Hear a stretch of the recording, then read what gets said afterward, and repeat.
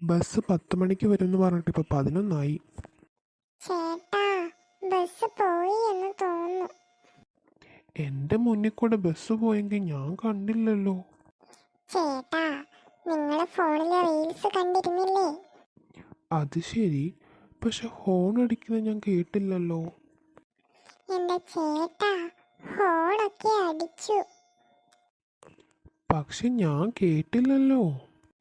ചേട്ടനല്ലേ headphone ഇട്ടിരുന്നേ? അത് ശരിയാണല്ലോ. ഇനി അടുത്ത ബസ് വരുന്ന 1 മണിക്കൂറുണ്ട്. എന്നാ ഞാനിവിടെ വെയിറ്റ് ചെയ്യാം. ചേട്ടാ, അതിനിത് ബസ് സ്റ്റാൻഡ് അല്ല, എന്താ? ഇത് പാർക്കാണ്. ദോ ആ ബോർഡ് കണ്ടോ? അതിനപ്പുറത്തോട്ട് പോയാലാ ബസ് സ്റ്റാൻഡ്. ഇത് പാർക്കാ.